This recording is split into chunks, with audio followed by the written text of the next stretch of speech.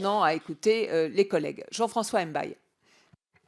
Oui, merci Madame la Présidente. Merci Monsieur le Directeur pour vos propos. Je note d'ailleurs que vous terminez vos propos, Madame la Présidente, en disant que le Parlement français est en retard. J'aimerais, moi, ce matin, intervenir sur les chiffres croissants de l'exportation et sur le contrôle, justement, par le Parlement de cette vente d'armes. Les exportations d'armement françaises, aussi bien en prise de commande qu'en livraison, ont augmenté depuis 2012, atteignant en 2014, pour ce qui concerne les prises de commande, environ 8 milliards d'euros depuis 2009, et s'agissant des livraisons, environ 6,2 milliards d'euros en 2015. Cette constante progression ne peut pas relever que de la seule action gouvernementale, ni même du seul héritage gaulliste qui, dès les années 60, mettait en place une politique d'exportation tout azimut.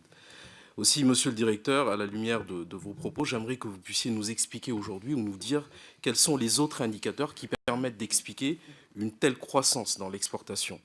Et puis, si vous pouvez aussi nous dire quelles sont les limites de cette exportation.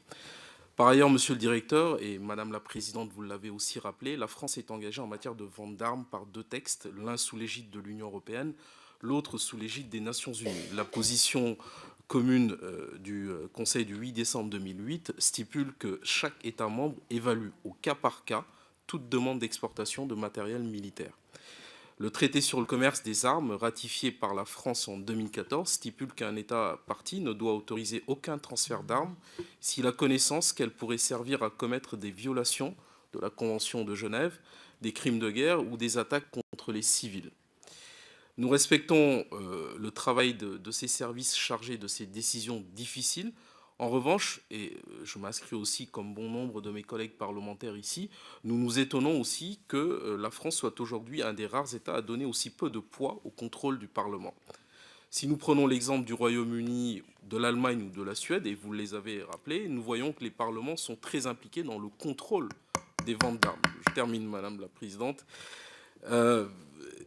Donc ces exemples, vous les avez rappelés. L'opinion publique ici en France demande un équilibre des pouvoirs entre les services administratifs, aussi compétents soient-ils, et les parlementaires.